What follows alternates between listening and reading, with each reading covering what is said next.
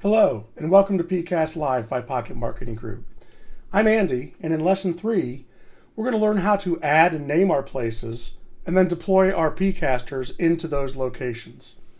So let's go ahead and log into your system and go to our dashboard or the home page of our PCast network. And let's, on the left-hand menu, click on Places.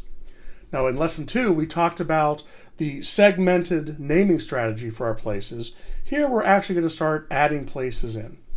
Let's do that by clicking on the plus add button, the blue button, in the top right-hand corner of your screen, and this will bring up a blank Add Place screen. Start by naming your place. And remember what we talked about in Lesson 2, using those customized segments, that standardized naming convention. So the work we do now will pay huge benefits when we are looking for our business intelligence and our marketing metrics down the line.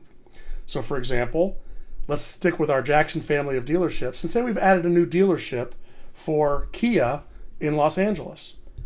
I would name this Jackson Kia of Los Angeles, new car showroom, and that's an indoor space. And we'll drop in the location. The address is the physical location, the mailing address of the place you just named in the previous field. So maybe that's on Auto Drive Canyon in Los Angeles, or Auto Center Drive, and there we have it. We have defined a specific location on the map according to latitude and longitude, and we have named it and defined its address. By clicking Save in the bottom right-hand corner of our screen, we now have created a location into which we can install our PCasters.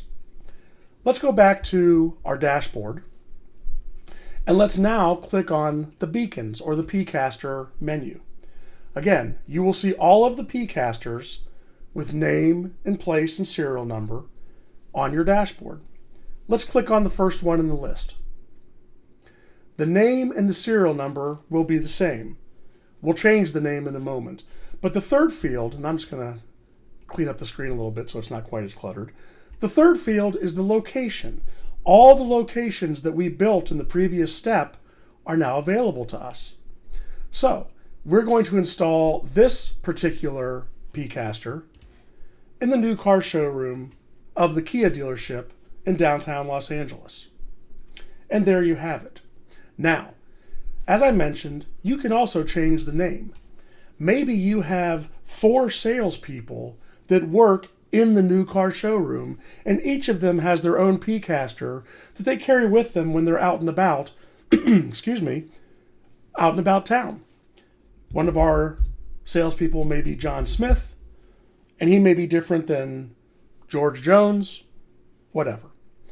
By using the naming field and the ability to add custom names to each of your PCasters, you can further detail their location. Imagine, if you will, that you're a museum or a gallery, and you've defined 2 places within your one museum, the paintings gallery and the sculpture gallery. Now, you may have a PCaster behind every painting in the paintings gallery, but they're all going to have the same place because you only have one gallery for paintings.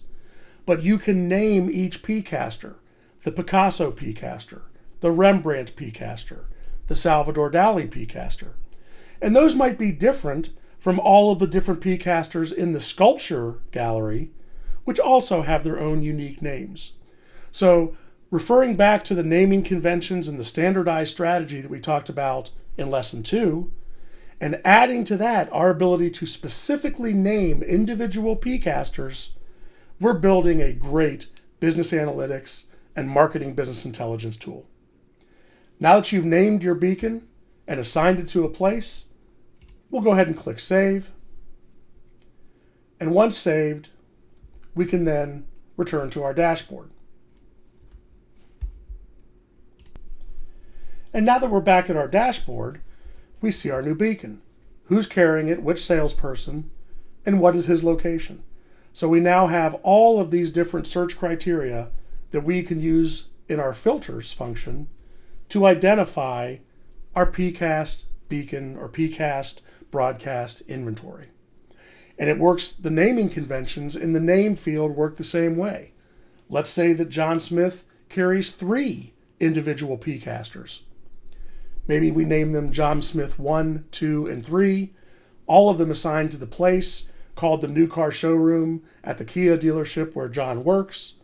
And I think you begin to see how this can go. So once we've built our places and named our places, we then can assign PCasters to those places. And having done that, we're ready to start building our P cards and we're ready to start PCasting, which is exactly what we're going to do in our next lesson. Thanks a lot.